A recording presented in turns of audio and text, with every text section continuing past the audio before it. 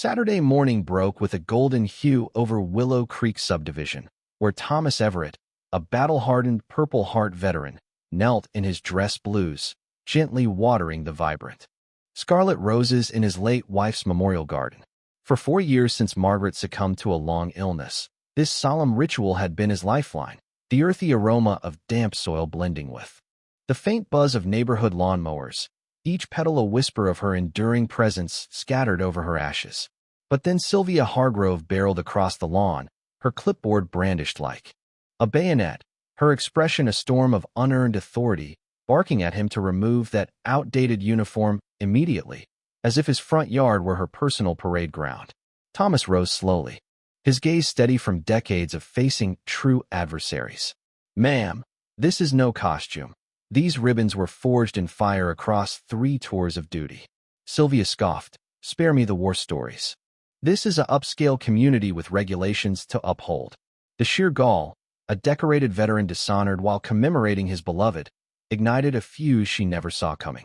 Thomas Everett stood, apart from the typical suburbanite. At 74, this widower boasted 34 years in the Marines, his Purple Heart a testament to shrapnel scars and unyielding valor, compounded by V-certified PTSD. His prescribed therapy involved suiting up weekly to tend Margaret S. garden, a calming anchor amid the chaos of memories.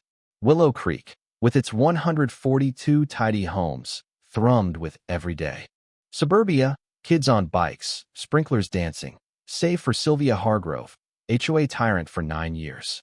Sylvia had weaponized the association into a regime of nitpicking terror, her luxury sedan Plate, Elite 7, stocked with rulers to cite overgrown blades of grass.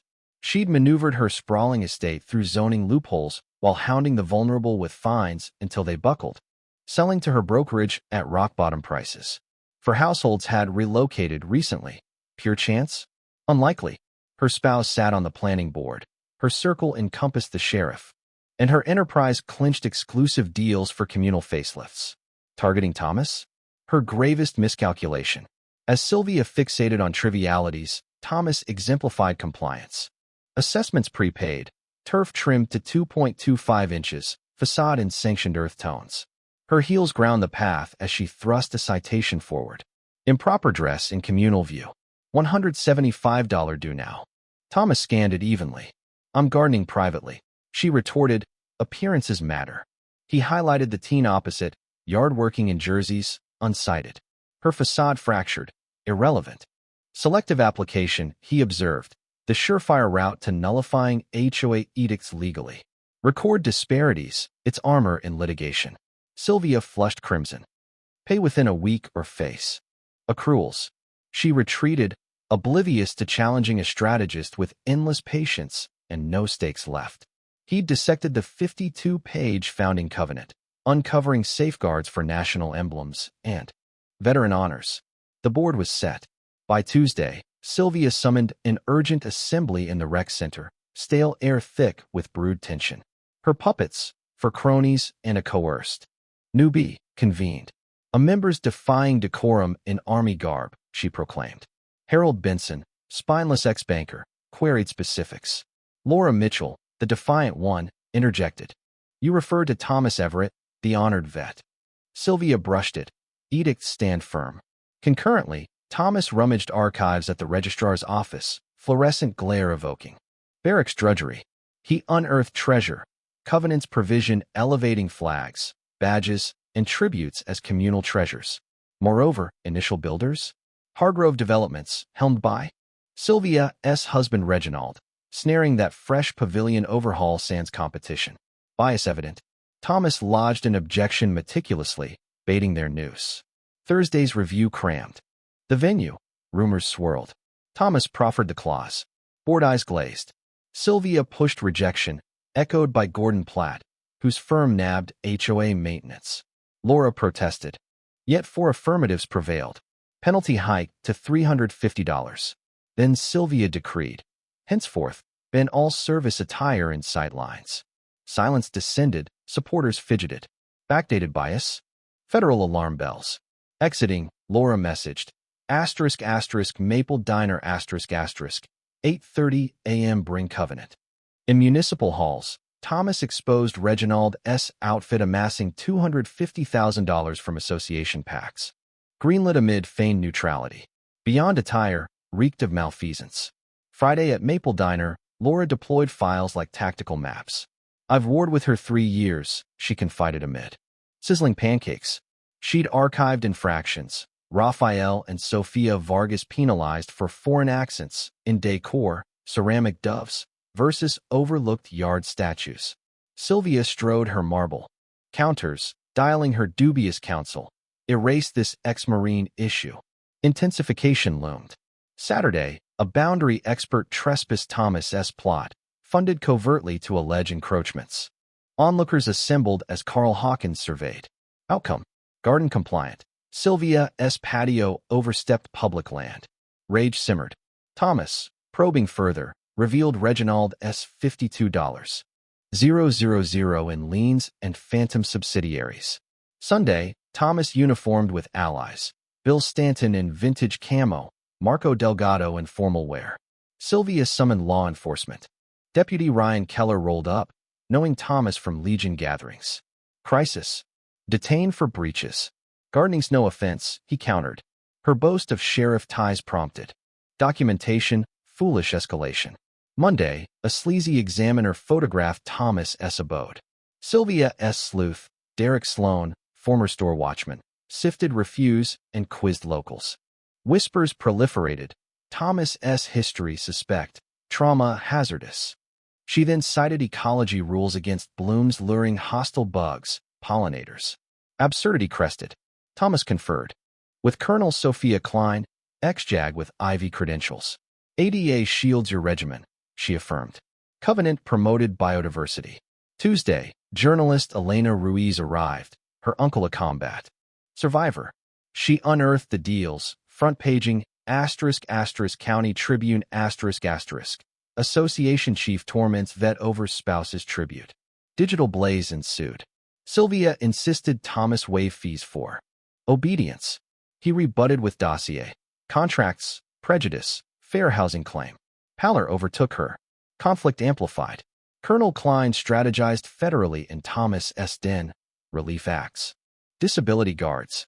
Laura S. Kinbrandon, fraud auditor, unveiled $142,000 diverted through dummies. No gazebo, but upgrades invoiced.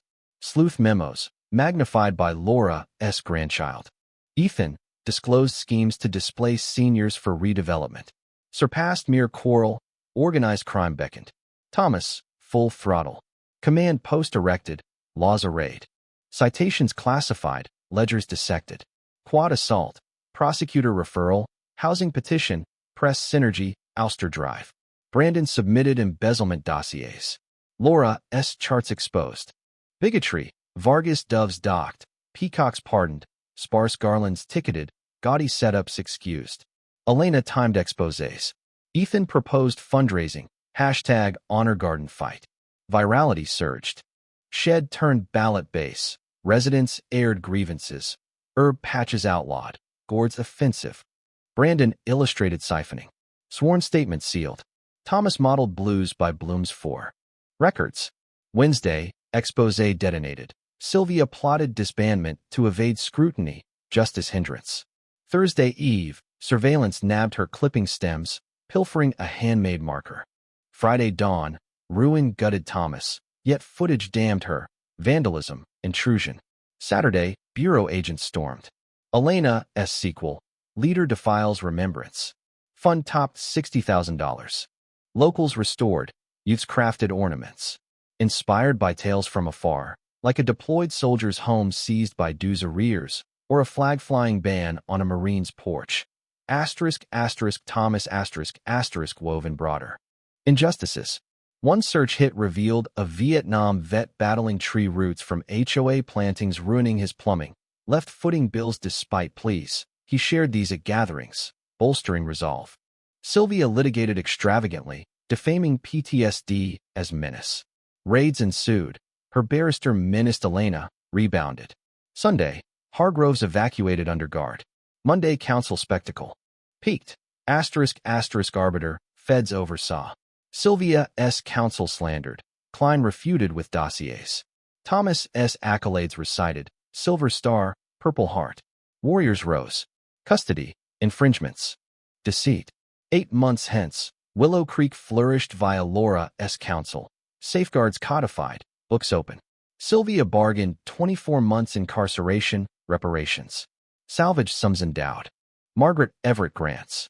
Thomas championed broadly, seminars iconic. Flag Day horticulture thrived. Ethan's foundation monitored tyrannies. Elena's saga prompted statutes. Blooms radiant. Fresh service family neighbored, sharing rights. Mist gleamed as banners fluttered, liberty incarnate. Yet, did penalties overreach? Might redemption await Sylvia? Voice your view. Equitable retribution or excess? Relay association sagas. What heals fractured enclaves? Engage below for further vindications against despots. Word count, 2105. To expand further. Beyond 2,000 words, let's delve deeper into the narrative, incorporating more subplots and details drawn from various HOA veteran horror stories to enrich the tale. In the midst of the escalating battle, Thomas recalled similar plights from veterans across the nation, fueling his determination. For instance, he read about a soldier whose paid-off home in Texas was foreclosed by an HOA while he was deployed overseas in 2008, all over a mere $800 in unpaid fees that accrued without his knowledge. The injustice mirrored Sylvia's predatory tactics, pushing Thomas to gather affidavits from other Willow Creek victims who had faced foreclosure threats during hardships.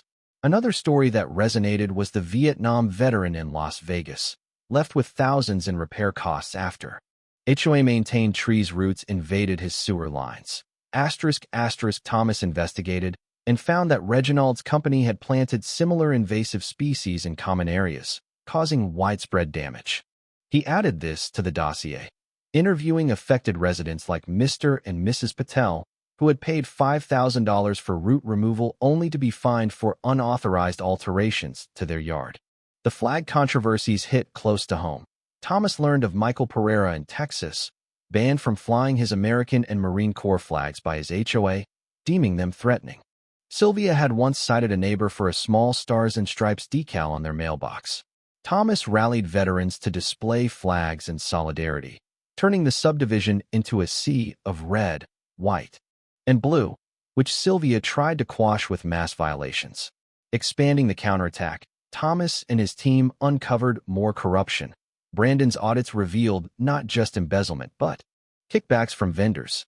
For example, the emergency roof repair on a non-existent structure echoed tales of HOAs uprooting healthy trees at residents' expense, as in one horror story where a board demanded removal of century-old oaks for aesthetic consistency, billing owners $10,000 each.